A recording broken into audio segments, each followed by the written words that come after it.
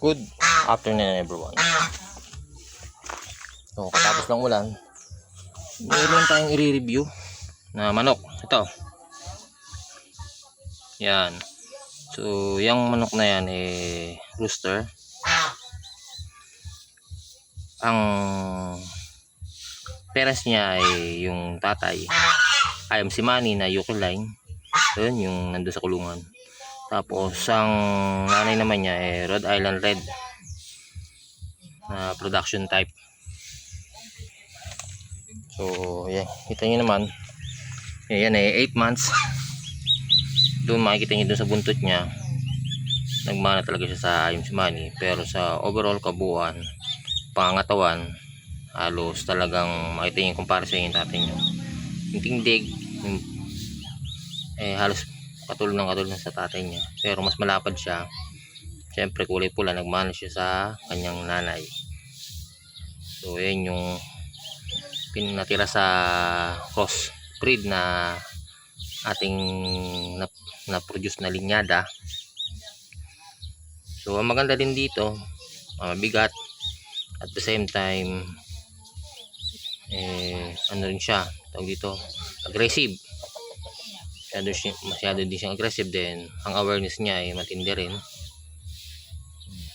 Tapos regarding naman sa meat, pagkari sa kanya, tulad din ng sa si Manny, juicy, at yung karne niya ay katulad din talaga sa si Manny na masarap. So yan. So nakapag-produce na tira to, halos may kinatin na rin tayo niya nung nakarang taon. Ang ano niya nag 2 kilo din. So yun yung kagandahan sa ganitong crossbreed na si Manny cross Rhode Island Red.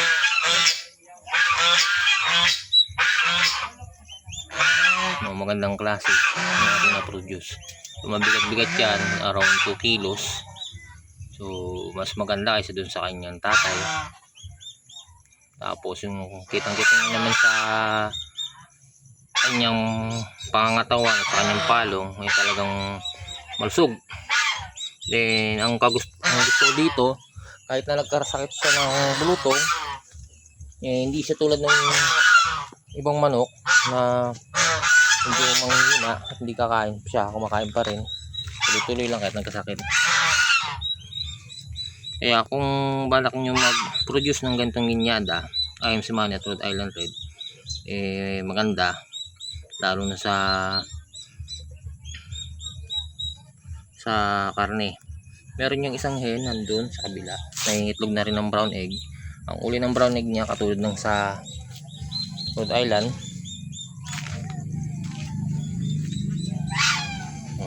Tuloy-tuloy din yata ang ipang-itlog nun. Ayun yung kagandahan. Then hindi naman sila nagkakasakit, matibay sila sa init at lalo sa ulan. Ayan, lalo ngayon maulan, minsan dito siya paggabi, diyan siya sumasampa, minsan nandito. So ayun ang kagustuhan ko sa rooster na to, sa linya na yan, sa breed na yan, hindi siya talagang nagkakasakit, matibay. Tapos talagang bilugan ang kanyang pangangatawan tulad ng sa Rhode Island. So ayan, diba? Paghabulan nga lang siya sa pabo, pero pag alam niya hindi niya kaya, umaano rin siya, umalis, natakbuhan din niya. Sa gustong mag breed ng gantong linyada na si Manny o sa Rhode Island, so yan, ganyan yung mapuproduce yung itsura. Mas lamang na lamang pa rin yung pagiging Rhode Island niya. Ito yung tatayo, diba? Halos pareha sila ng tindig. Then 2 years may kita itong sa akin. Nakapag-produce din tayo nito ng cross sa Black Astrolorp. Pag gusto nyong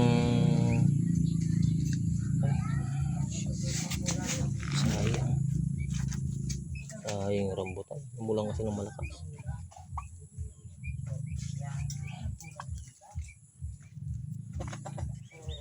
So ayun yung tatay. UK line, Grey Tang. Same sila ng nakapagkatay na tayo ng ano eh, ng line niya ng sa Black Astrolorp. Sarap. Yung ano, juicy. Katulad din ng sa line nitong Rhode Island Red na cross sa IMC Money or IMC Money cross Rhode Island. Kung pangkatay at masarap na karne yung gusto nyo, pwede kayong mag-breed ng IMC Money cross sa Rhode Island Red. At ayan yung mapuproduce nyo. Magandang pangatawan, bilugan, bigat, at the same time yung karne niya ay masarap. So walang problema din dyan sa pagpapakain. Syempre still ang pinapakain natin dyan tawag dito, GMB3 and Trigger 3000. Ayan, Parbliss 3000 ay yung ating mga pinapakain sa mga breeder. So ayun lang yung ating i-content for today sa mga gusto mag-breed ng crossbreed nitong IMC Money at ng Rhode Island. Ayun ang mapoproduce nyo. Magandang pangangatawan, at the same time hindi sakitin, at masarap ang karne. So ayun na po, maraming salamat.